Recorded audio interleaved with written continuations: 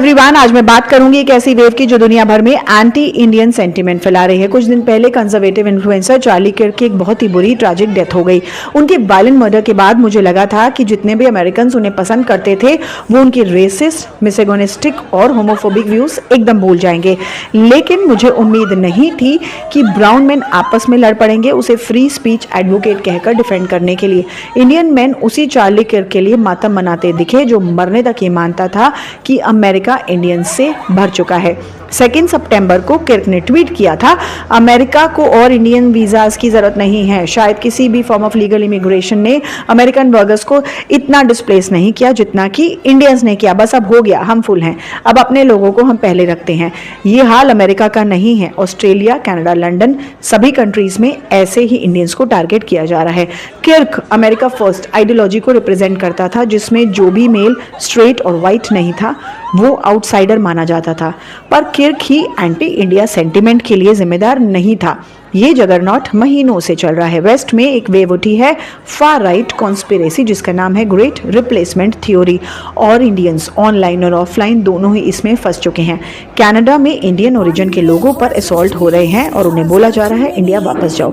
Australia जिसकी history रही है इंडियन स्टूडेंट्स को टारगेट करने की, वहां भी एंटी इमिग्रेशन रैली रखी गई। लंदन में जहां साउथ एशियन कम्युनिटी डेकेड से है वहां far right activist Tommy Robinson ने यूनाइट द किंगडम मार्च को लीड करा। 1 लाख लोग से ज्यादा इसके अंदर शामिल हुए। ये सेंटिमेंट हर कंट्री में थोड़ा अलग फॉर्म में है लेकिन मेन थीम वही है, जॉब्स का डिस्प्लेसमेंट। एक दुनिया जो कभी इंडियन टैलेंट को एम्ब्रेस करती थी, चाहे मेडिसिन हो, टेक्नोलॉजी हो या फिर हार्ड लेबर। अब नैरेटिव्स चेंज हो गए हैं और कहा जा रहा है इंडियंस जॉब चुरा रहे हैं। सालों तक इंडियंस गुड इमिग्रेंट्स रहे हैं क्योंकि अपना सर झुकाकर, सर नीचे कर कर रूल्स को फॉलो करा है इन्होंने। इंडियंस दुनिया के बड़े टेक जॉइंट्स के हेड बने हैं और इस साल इंडियन अमेरिकन यूएस की हाईएस्ट अर्निंग ग्रुप भी बन गए हैं। इंडियंस ने रियल सॉफ्ट पावर क्रिएट करी। इंडियन पॉलिटिशियंस ने मीडिया के साथ मिलकर उन्हें इंडिया राइजिंग का सबूत भी दिया, लेकिन पिछले 1 साल में वो विजन खराब हो गया। किसी भी सोशल मीडिया प्लेटफॉर्म पर 20 मिनट स्पेंड करो और समझ आ जाएगा इंडियंस को इतनी कड़वाहट से क्यों देखा जा रहा है। राइट विंग अकाउंट्स बड़े प्राउड होकर स्केपगोट बनाते हैं उन इंडियंस को जो लास्ट ईयर तक सिलिकॉन वैली के डार्लिंग्स थे। वो स्टीरियोटाइप्स जो 15 साल पहले आउटडेटेड हो गए थे अब फिर से स्ट्रॉन्ग कमबैक कर रहे हैं। ये काफी डेंजरस सिचुएशन है वहां पर रहने वाले लोगों के लिए। लंदन मार्च के कुछ दिन पहले ब्रिटिश बॉर्न सिख वुमेन पर यूके के पार्क में असॉल्ट हुआ, उसे मारा गया। 2 व्हाइट अटैकर्स ने कहा अपने देश वापस जाओ। मिनियापोलिस चर्च के शूटर रॉबिन वेस्टमैन ने कहा अपनी गन पर लिखकर न्यूक इंडिया। मार्च में फ्लोरिडा की इंडियन ओरिजिन नर्स पर अटैक करा उसके पेशेंट ने और कहा इंडियंस आर बैड। 2019 से 2024 में 650 इंडियन स्टूडेंट्स अब्रॉड में मारे गए, सिर्फ यूएस में 108। सब डेथ हेट मोटिवेटेड नहीं थी, लेकिन ये नंबर्स दिखाते हैं कि कम्युनिटी स्ट्रेस में है। डलास में चंद्रा माली को ब्रूटल बिहेडिंग करी गई, चाहे रेशियल नहीं थी लेकिन एक ऑलरेडी कम्युनिटी डरी हुई थी, उसके डर को और बढ़ा दिया। इंडिया के फेवर में 24 कंट्रीज में से 15 अगेंस्ट हो गई हैं, खासकर कनाडा और ऑस्ट्रेलिया जैसे ट्रेडिशनल एलाइज। वो सोशल कॉन्ट्रैक्ट जो इंडियंस को मॉडल माइनॉरिटी बनाकर प्रोटेक्ट करता था अब टूट गया है और इसके लिए हम खुद ही जिम्मेदार हैं। सबसे ज्यादा डैमेज एक नई ब्रीड के कंटेंट क्रिएटर्स कर रहे हैं जो अपने परफॉर्मेंस के लिए काफी सारी देश की इमेज को खराब कर रहे हैं, गंदा कर रहे हैं। मलिक SD खान, याद है यूट्यूब पर मलिक श्वॉश बकलर के नाम से जाना जाता है, टर्किश वुमेन को रेप थ्रेट्स दिए, ल्यूड कमेंट्स की और फिर अरेस्ट हुआ, लेकिन उसको लगता था कि उसके फॉलोअर्स उसको इम्यूनिटी दे देंगे। ज्योति मल्होत्रा ने बीजिंग की ट्रेन्स में चाइनीज पैसेंजर्स को हैरेस किया, एक स्ट्रेंजर की स्कूटर पर जबरदस्ती चढ़कर रेसिस्ट कमेंट्स भी किए। काफी ज्यादा लोगों में इंडियंस के खिलाफ जो है प्लेबुक को लोग फॉलो करने लगे।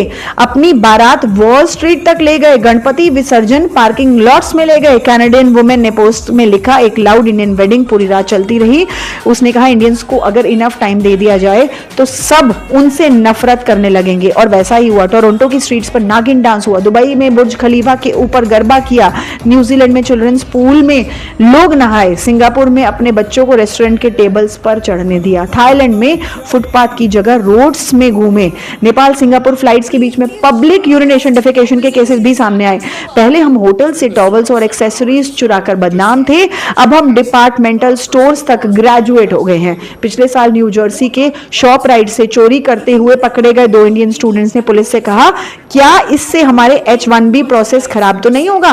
पहले इंडियंस के बारे में सबसे बुरा यह कहा जाता था कि वो फॉरेन कंट्रीज के रूल्स को फॉलो करते हैं, अपने नहीं।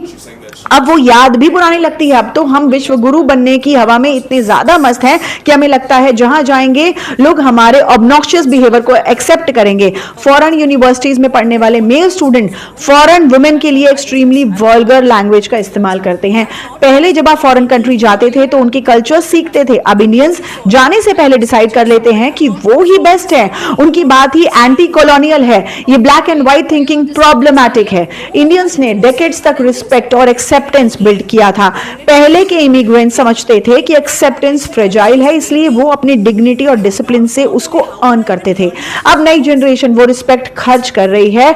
हर दूसरे हफ्ते हम अपनी ब्रैशनेस के लिए वायरल होते हैं। पूरी कम्युनिटीज उस एरोगेंस का प्राइस पे करती है। ये वीडियोस उन लोगों के लिए एम्युनेशन बन जाता है जो वैसे ही इंडियंस को वहां नहीं रहना चाहती है। मॉडल माइनॉरिटी मिथ फ्लॉट था, लेकिन उसकी जगह आ रहा है वो उससे भी ज्यादा डेंजरस है।